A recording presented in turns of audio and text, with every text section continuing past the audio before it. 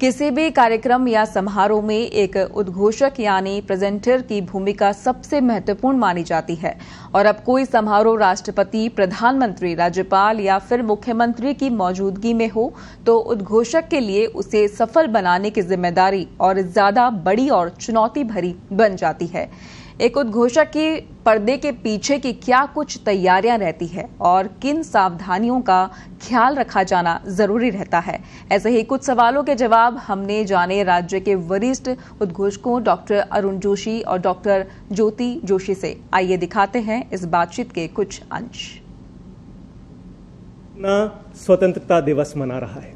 आज राज्य स्तरीय समारोह हुआ राजस्थान की राजधानी जयपुर में सवाई मानसिंह स्टेडियम पर राज्य स्तरीय समारोह हुआ।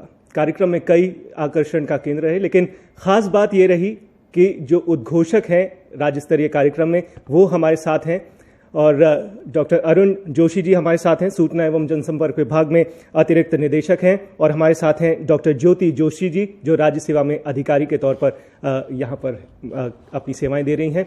सबसे पहले हम जानने की कोशिश करते हैं, राज्य स्तरीय कार्यक्रम रहते हैं, बड़े आयोजन रहते हैं, और ऐसे में किन बातों का ध्यान रखना पड़ता है, किस तरह की तैयारी करनी पड़ती है। और बेसिकली जो मैं कहना चाहूँगा, उद्घोषक का जो एक भूमिका होती है वो भूमिका इस माने में इम्पोर्टेंट हो जाती है कि हम किस तरह से जनता को और समारोह को जोड़ के एक मध्यस्थ की भूमिका का निर्वाह करते हैं।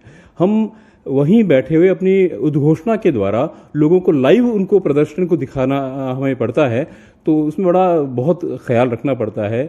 उसके अलावा ये जो महत्वपूर्ण कार्यक्रम राष्ट्रीय दिवस पे जो कार्यक्रम होते हैं, इनमें खास तौर से शब्द चयन हमें बहुत ढंग से करना होता है। उसके अलावा दूसरी कोई बात नहीं बोल सकते। अकॉर्डिंग जो प्रोग्राम है उस एक सीमा के अंदर और एक मर्यादा के अंदर रहते हुए संवैधानिक रूप से हमें उन शब्दों का चयन करते हुए वो उच्चारण करना पड़ता है और लाइव लोगों को कनेक्ट करते हुए इस कार्यक्रम को आयोजित करना पड़ता है। तो ख्याल तो पूरा रखना पड़ता है, और उस डिग्निटी मुख्यमंत्री महोदय वहाँ होते हैं, राज्यपाल और सारे अपने ब्यूरोक्रेसी पूरी होती है, तो उस लिहाज से बहुत ही केयरफुल तरीके से उद्घोषणा कार्य करना पड़ता है।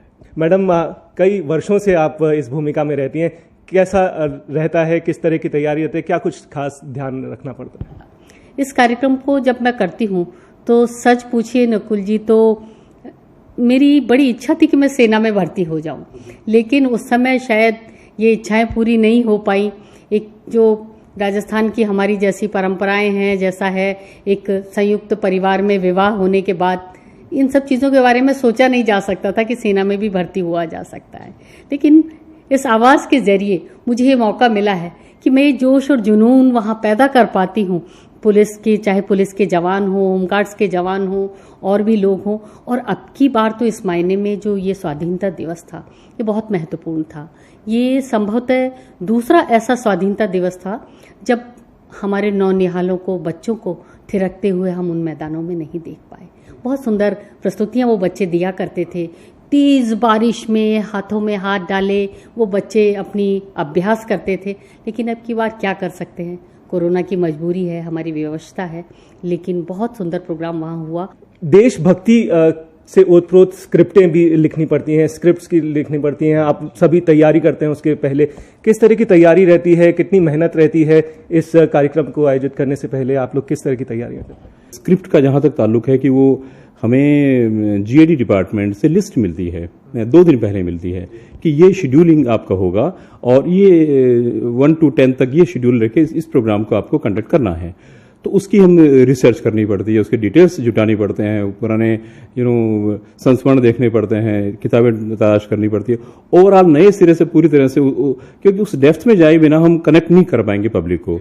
तो वो सारी तैयारी करने के बाद फाइनल क्या आता, फिर कई बार उसमें रद्दोबदल होते हैं प्रोग्राम्स के अंदर, वो उसके अकॉर्डिंग चेंज करने पड़ते हैं। कई बार तो ऐसा होता है कि प्रोग्राम तय हो गया और एंड वक्त पे कुछ चीज हट जाती है उसके अंदर, तो हमें वो सारा उस समय को ध्यान में रखते हुए, सारा दिमाग को स्थिर रखते हुए, पब्लिक को जोड़ते हुए, माहौल को देखते हुए अकॉर्डिंग सारे कई डिसीजन मौके पे लेने पड़ते हैं। एक बार जब मोटरसाइकिल का शो हो रहा था और जब वो क्रॉसिंग होती है तो उस क्रॉसिंग में 4 मोटरसाइकिल के सवार इधर से आते हैं, चारों कोनों से आके, और इस तरीके से वो लोग क्रॉस होते हैं कि 1 सेकंड की दूरी पर बहुत बड़ी दुर्घटना घट सकती है। 1 महीने से वो रिहर्सल चल रही थी, 10 दिन से हम लोग उस रिहर्सल में शामिल थे। लेकिन जैसे ही शो हो रहा था और वहां पर मंच के सामने ठीक आके भिड़ंत हो गई। आप सोच सकते हैं कि पिन ड्रॉप साइलेंस, जिस तरह से तालियों से पूरा जो स्टेडियम गूंज रहा था वो एकदम शांत हो गया। ऐसे समय पर एंकर की क्या भूमिका हो सकती है, मैं ये एग्जाम्पल आपको देना चाह रही हूँ कि उस समय पे यदि एंकर भी भावुक हो जाए और वो भी चुप हो जाए तो शायद वो एक प्रोटोकॉल, जब राज्यपाल महोदय बैठे हैं, मुख्यमंत्री बैठे हैं, सारे ब्यूरोक्रेट्स बैठे हैं, लाइव शो जा रहा है सारे चैनल्स पे, एक क्षण के लिए मैं शांत हुई, लेकिन मैंने जैसे ही उनको देखा और मैंने खुद अपने स्वविवेक से निर्णय लिया और ये कहा कि जो अभी अभी दुर्घटना हुई थी उसमें हमारे जो जवान यहाँ घायल हुए थे वे बिल्कुल सुरक्षित हैं, आप लोग बिल्कुल चिंता ना करें। और जोश और दबंगई जवानों में हमेशा शामिल होता है, खतरों से खेलना उनकी आदत होती है, तो इस तरह की बातें भी आपको समय पर लानी होती है। समय में किस तरह से परिस्थितियों के हिसाब से बदलाव करने पड़ते हैं, अपनी तैयारी और अपनी स्क्रिप्ट और उद्बोधन, ये सब ख्याल रखना पड़ता है।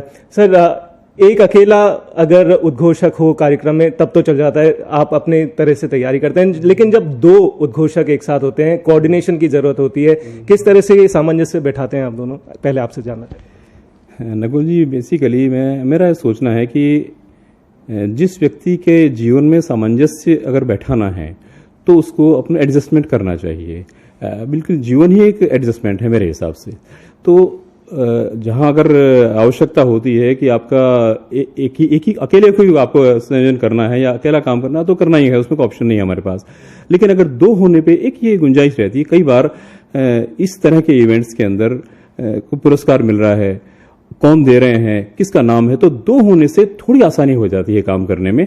और दो होने पे मानसिक रूप से आप तैयार रहना चाहिए। हमें एक सामंजस्य हमारे होना ही चाहिए कि कोऑर्डिनेशन करके हम काम करें, तभी हम सफल हो सकते हैं। जो भी उद्घोषक मेरे साथ होता है, ज्यादातर तो अरुण ही मेरे साथ होते हैं, तो हम लोग पहले ही एक दिन पहले दोनों शाम को बैठकर और बिल्कुल हमारी क्या केमिस्ट्री है बिल्कुल तय कर लेते हैं कि यहाँ मोटा मोटा हम तय कर लेते हैं, बाकी तो बहुत सारी चीज़ें वहाँ स्पॉन्टेनियस ही करना होती है। और जब लंबे समय तक साथ करने लगते हैं, नहीं भी करते हैं, तो दोनों जब उद्घोषक होते हैं तो वो इशारे से समझ जाते हैं कि अब इस बात के तारतम्य को मुझे कहाँ से पकड़ के कहाँ शुरू करना है, किस तरह की बात को बोलना है।